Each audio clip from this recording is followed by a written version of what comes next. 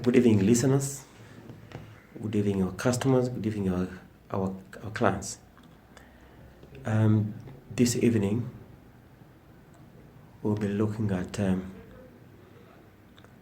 two issues: some of the risks associated with property investment, and also how you can, as an individual, embark on property development. To recap on our past discussion of 14th June 2022, we were discussing challenges of purchasing land from individuals and property developers. We looked at matters of land administration as guided by the CAP 184, CAP 185, and CAP 188 of the laws of Zambia.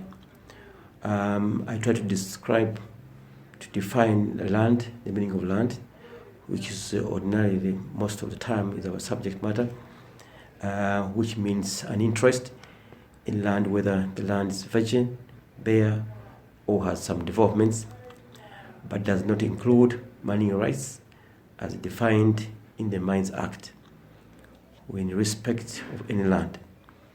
One of the major issues we are looking at, the issues of know the seller, our KTS. We're looking at a number of critical issues that included authority to sell, the credibility of the company or individual selling, whether they are authorized to sell or not, or the company is established by the laws of Zambia or not, and also to establish the authenticity in terms of location, where the seller, whether an entity or individual located. We discussed a number of issues of trying to conduct a due diligence, including the registered use of land. All these issues, facts we bring about to the public is to help the public make very informed decisions with respect to property investment. I will not start with the risks associated with property investment, but I will start with how you can make a decision as an individual to enter property development. There are a number of ways an individual can engage in themselves into property development. You may be interested in buying an existing house, renovate, and sell of a family house. You may be interested in buying and convert the house into multiple rental property, like flats or small affordable small shops. This is actually referred to. This time I will tell you different approaches in a small way how you can engage yourself into property investment. I will start with what you call refurbishing a property. There's a difference between refurbishing and innovation. Refurbishing involves the process of making cosmetic changes to the house or property to enhance its appearance to potential buyers. Buyers or tenants. It does not involve alterations. These are very critical approaches to property development, which an individual need to know. Refurbishment does not include alterations to the structure of the building. When you buy a property, after careful assessment of the market, you may invest a small amount of money to enhance its outlook, the cosmetic outlook, and offload to the market. The profit, you can make a profit within a short time, but not. You must make sure that you buy the right property in an area which the property prices are still rising. If you wish to undertake this type of property development, one, you need to monitor carefully the prices and make sure you are able to sell and make a profit. In other words, you need to know this property I'm buying, if I do some cosmetic improvement, how much will it fetch on the market. This one comes about when you are able to monitor the property price movements on the property market. The advantages of that is that, one, there's less chance for you to fail on your investment if you buy in an area where the property prices are still rising. Number two advantage is it gives you an opportunity to test your skills and motivation to find out whether you really want to become a property developer. So it tests your skill. The disadvantage is that the profit won't be really big, because remember, you are only improving on the cosmetic outlook. You are not putting in a lot. And the second advantage is that in an event that the property prices in that area fall down, you may experience a loss.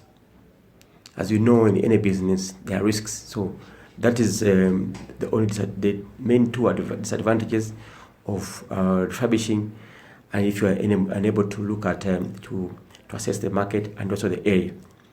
My advice would be, one, you need to source for a cheap, affordable building materials when you are refurbishing, and attend to areas that will impress the potential customer. You don't need to invest a lot. So you just look at some areas which will make the property attractive. Try to understand how you properly position both the market and the eyes of the potential customer. How is the property positioned? How does it look? You need to make a judgment. And this one is calls for now the experience in that area. So investing in this small way, it helps you to develop your skill and the art of property development. Allow me now to take you through some of the risks associated with property investment. One of the risks is investor risk. The investor experience and capability to execute an investment plan is a risk. The level of understanding of the art of property investment is a very serious risk.